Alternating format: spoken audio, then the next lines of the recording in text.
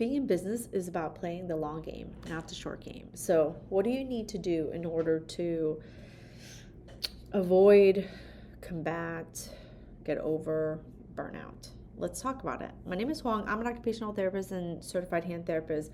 Over 10 years ago, I started my therapy clinic, and over 5 years ago, I started Hand Therapy Secrets to help therapists develop their clinical skills and become CHTs.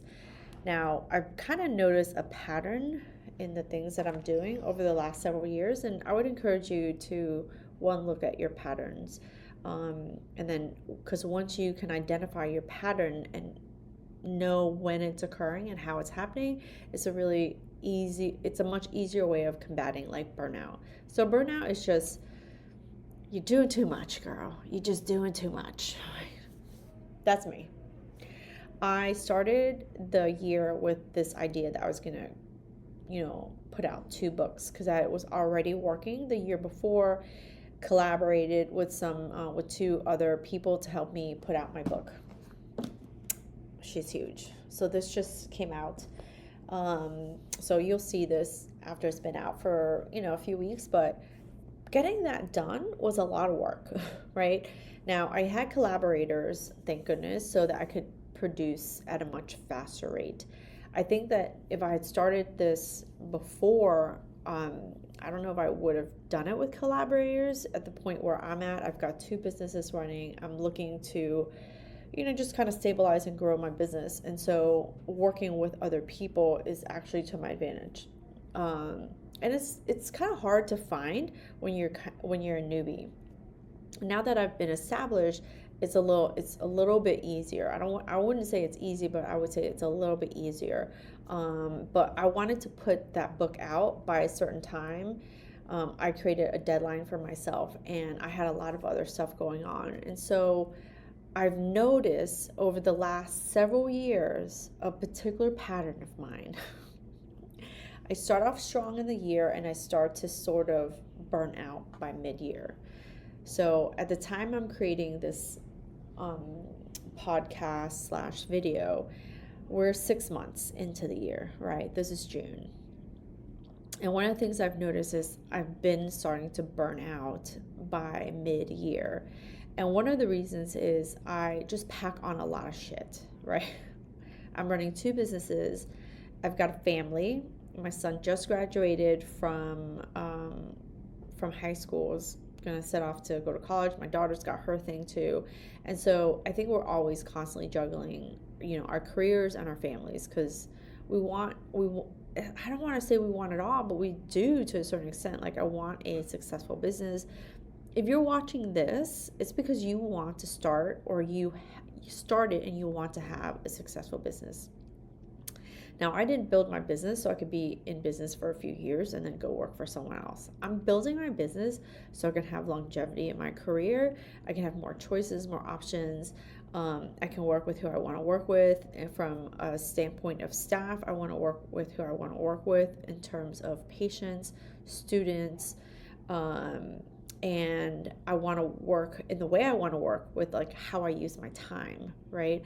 But sometimes because of that, and because if you're an entrepreneur, like I'm an entrepreneur, like I have a creative side, I have a drive, and sometimes that drive burns me out. And I have a tendency not to notice my burnout. I think some people are more sensitive. Like, I'm a big person into like personalities and all that good stuff. Like, I study all that. Leave me a comment if you're into personalities as well, because I can share more of that, because I share that inside the program, inside the OT Business Corner program. I think it's important to recognize and understand your personality type and things like that, so it can help guide your decisions. But I started to notice a particular pattern that I burn out in the middle of the year, and I don't recognize it. I ignore it. I'm somebody who eats my feelings, right? We don't need to be talking about our feelings all the time. Can we move on and like roll past this? Like, that's me to a T. I'm a Capricorn. But one of the things I started to notice is, like, I've got to build some some kind of like some safety rails for myself.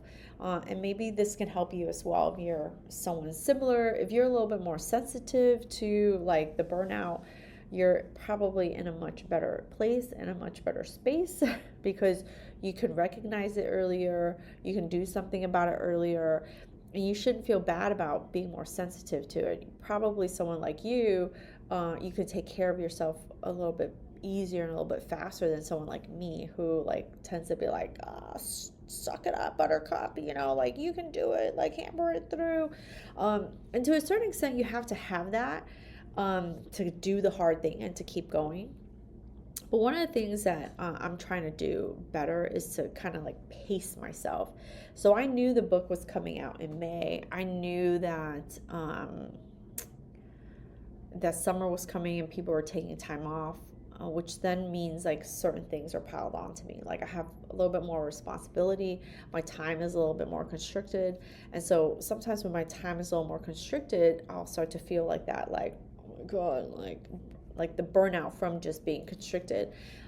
So one of the things that I'm trying to do is notice, number one, notice and anticipate all of those things before. And I'm trying to plan for it. So sometimes I start with these grand ideas and I'll knock them off the list by like 3 to 4 months into it. So at the beginning of the year, I started with like this grandiose idea that I was going to have 2 books out, one in May and then one in November. Well, 3 months into it, I was like, Juan, what are you thinking?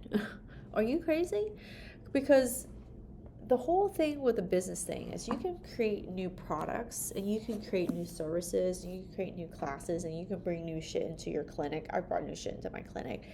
The problem is that you still have to, at the end of the day, market a lot of it. What do I mean by marketing? It's just telling more and more people over a period of time what you do, how you do it, what stuff you have to do it with. And so that marketing and that marketing mess, it's just like an ongoing machine. You're constantly doing it and you can't take breaks from it. Because once you take breaks from it, your revenue stream starts to die because, this is just what happens when we're in a small business. Like you have to constantly tell more and more people about it because you just don't know when someone's going to come into your world. Like for my clinic, we kind of slowed down a little bit in May, and now we're kind of ramping back up in June. Like ever since COVID happened, I no longer have like a predictable cycle. I don't have that anymore. I used to have a somewhat predictable cycle of like, I get really busy during this quarter, I slow down during this quarter, I get really busy. I don't have that shit anymore. For the last 5 to 6 years, there has been all over the place. So we were a little bit slow in May, and now we're going to start picking up in June. And the thing is like people are constantly coming into your space to a certain extent, or they're coming into your space because they are having injuries, and so they will consume your information whenever they get to it. Patient just hurt himself a month ago, had surgery 2 weeks ago, and now is moved down to my area and he's looking for therapy, and that's how he found us, right? And he came in, got a package of therapy visits, and now will continue to come in to get great results, right? But we have to have that churn going. So the idea of being burnt out and like taking a break sometimes doesn't feel possible when you're in your own business. So one thing that I would recommend is just kind of recognize, like, based on your activities and based on your family life, right? So my kids ended school now, and now the summer is here. And so there's a mental, like, even though I don't mentally shut down, there's a certain element around me that like summer is here and people are winding down a little bit, right? So in order to go with the flow with that, I'm also kind of winding down as well, because I also know that I just came out with a big product and I've been working tirelessly over the last several months, especially the month prior to putting it out, right? And now I still have to continue doing the work for it, but how can I pace myself? So if you can see patterns, if you can anticipate it, and then you can pace yourself out. So the other thing that I'm trying to do is just to find blocks of time. So I might not be able to be off for a whole week or anything like that, but how can I be off for just like 2 days in a row consecutively where I could sort of shut down my brain a little bit and then I can get going another time. Sometimes it doesn't have to be like the whole day or 2 days. Sometimes I can get my wind down or mentally myself back from being burnt out is like going home early every day. So this week I'm actually trying to go home early every day in order to avoid the burnout. I've shifted one of my projects now. Instead of doing the 2 books, I'm shifting 1 book to next year. I'm constantly like, oh, but what about this project and that project? And so I'm going to sit down. It's mid-year. I'm going to sit down and kind of list out. I'm going to journal. I know. I was doing really well with journaling, but then I stopped. But now I'm going to come back to it because that's the way that I'm going to wind down. I'm going to write down my ideas and I'm going to put into priority, like what's most important, how is that going to impact the future. So the things that we do as business owners now, they'll impact us months and years from now. It's not going to impact you like directly today. Just know that you have to put sweat equity in. You have to do the work now, and then the how you do the work now will predict your future. So I'm going to do the work now. So I'm recognizing, I've seen the pattern, I'm recognizing, I'm putting some boundaries around myself so I can kind of calm down and rest for a little bit.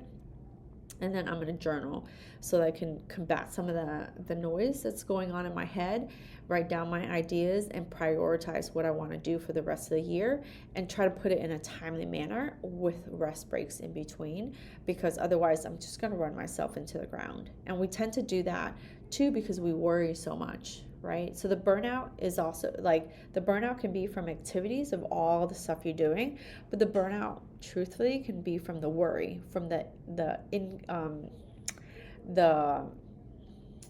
what's the word I'm thinking about? The burnout can come from not having complete clarity or not having complete like guarantee of outcomes. So then you're constantly on the churn of worry. A lot of that does help when you journal. Like, I know it's a little like, I never thought I would journal. I always thought that was like a woo-woo kind of thing, like, but it's been really helpful because it just helps me to organize my thoughts. So I thought I'd share it with you just in case you're mid-year and you're thinking, oh shit, like all the stuff I want to do and all the things I have to do, and like, how am I going to get it all done? I'm going to journal. And I'm going to spend a few days journaling, writing down all the stuff that I want to do, writing down how that's going to impact my business, and prioritizing what I need to do next for the next 6 months and also into the next year. I know it's like long-term thinking. You want to do certain things that are short-term, like you're getting things right now, but a lot of that burnout sometimes is like we want to have a certain amount of long-term thinking so that it can help us like prepare and just give us guidance to know like, oh, we're going down that yellow brick road. What's that path that we're going to take? When are we going to do a right turn? When are we going to do a left turn? And when do we need to go straight? Type of thing. How long is it going to take? So one of my things is I'm going to prioritize the stuff that I want to do. I will come out with a 3rd book. So this is my 2nd book. Let me see, where's my 1st book? My first book, The Hands-On Approach. This was a book I wrote for my patients, like for people with hand and arm injuries. And then my 2nd book is Hand Therapy Exam Success, the Ultimate Book of Practice Questions.